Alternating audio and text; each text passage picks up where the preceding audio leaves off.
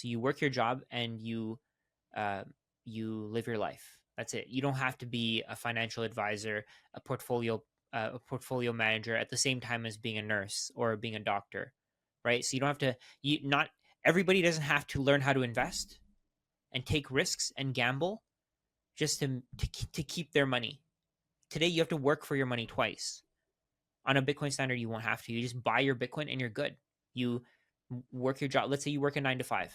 You get a let's say you get $4,000 after taxes every month. That's $48,000 a year, $1,000 a week or so. Let's say you spend $2,500 on that of that on your life, or $3,500, whatever you can, and then you put the rest of it towards Bitcoin. At some point, your Bitcoin is going to cover your expenses. At some point, you'll be able to have at some point you'll have so much Bitcoin, and Bitcoin's return will be so great that you won't have to worry about working at some point anymore. You'll be able to work because you want to. And I think what we're going to see because of this is we're going to see a lot more people following creative professions. We're going to see a lot more people actually being able to be like having the time to be creative, to create the things that they think other people will enjoy. And I don't know, the financial advisors, part of the reason why they don't want to switch over to Bitcoin, I don't even think it's a negative intention. Like they don't want to screw their clients over. I think it's because they're just used to being very, very skeptical of anything that sounds too good to be true. Like Bitcoin to the average person sounds too good to be true. The average person thinks, oh, there's no way that the US government didn't create this. That's the first thing.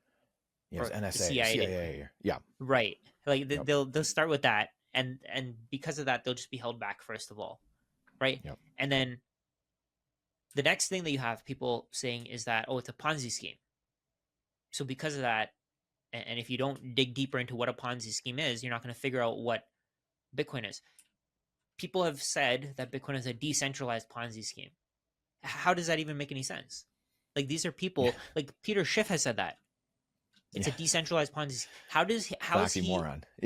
Right? How is he like a great economist and he doesn't understand what a Ponzi scheme is? How can you explain to me how a Ponzi scheme can be decentralized? I mean, the power has to accrue and upwards up to someone at the top, in essence. But if there's no one at the top, then I don't. So what they think, I think what they think is that the people who own a lot of Bitcoin conflate, who owns a lot versus, But then the thing is that they can sell it, and they can sell it to somebody else, and then that person can now accrue power as well. So anybody can have power on a Bitcoin. The Bitcoin price ownership of the network versus who owns a lot of Bitcoin. That's what, that's what people conflate. Yes. Right. So they think that people who own Bitcoin control the network. No, they don't. It doesn't. They control the price. They can easily drop. Let's say somebody has 1 million Bitcoin. They can easily sell all of their Bitcoin. They can wipe out a bunch of miners, and now, and their Bitcoin gets bought up. But at some point, Bitcoin's going to recover. Right? The difficulty will adjust to make it so that miners can come back on the market. They can come back to mining again. So they may attack those miners temporarily. Let's say, for example, Marathon. If Bitcoin's price drops to $5,000, Marathon will probably no longer be profitable, and they'll probably go bankrupt. Right? Let's say other. But what that'll do is it'll lead to. It's actually a good thing. I mean, I don't know if it's necessarily I don't even know if that's a bad thing for Bitcoin, because at that point you'll probably see more people mining from home. People who have cheaper miners, people who have bit axes, they'll be contributing a massive amount of wealth or a massive amount of hash power to the network. And what you'll see is more people mining from home are now winning blocks, and they're getting rewards. And now you have more people who are incentivized to get a miner because they think, oh, this is a lottery ticket, and I can mine from home, and I can potentially win I can win a certain amount of Bitcoin. Now you have more miners coming to the network, and I don't know if it even if the people who own a bunch of Bitcoin, I don't even think they can control the network at this point, because we saw a few days ago 80,000 Bitcoin were sold into the market, and the market absorbed it. Right? It dropped, like the price dropped like $7,000. Right? And that's 80,000 Bitcoin. 80,000. What's 80,000 Bitcoin? 80,000 Bitcoin is like 0.3% of the total. 0.4% or so.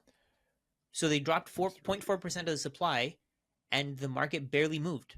That's If like half a year supply. 0.4%, Yeah, yeah, right? yeah. If That's zero point insane. 0.4% of the housing market went on the market, and people just started Yeah. competing to sell, you know how low the price would go?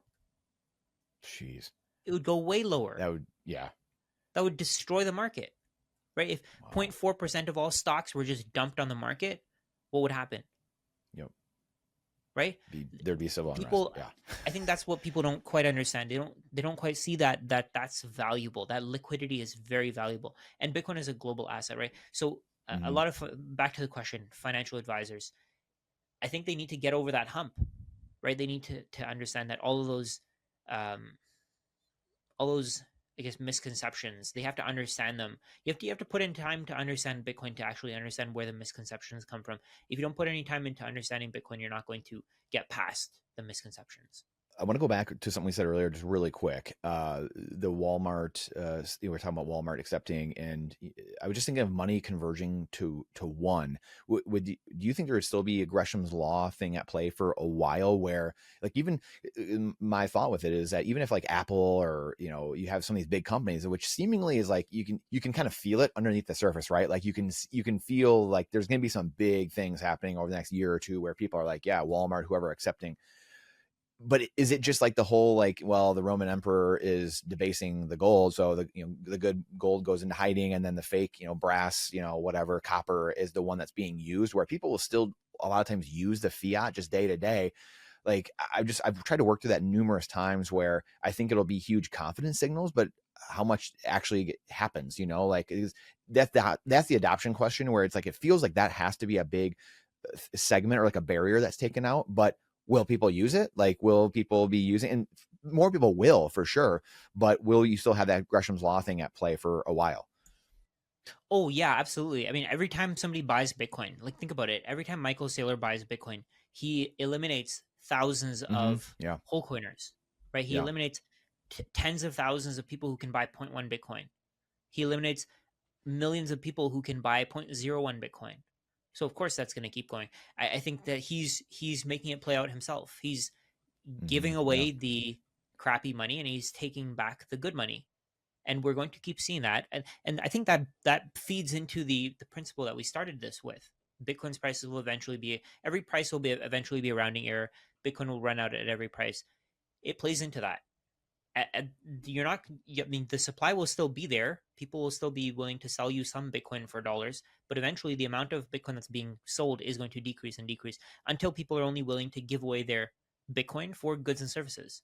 The merchants are the ones who are going to have to step into this, right?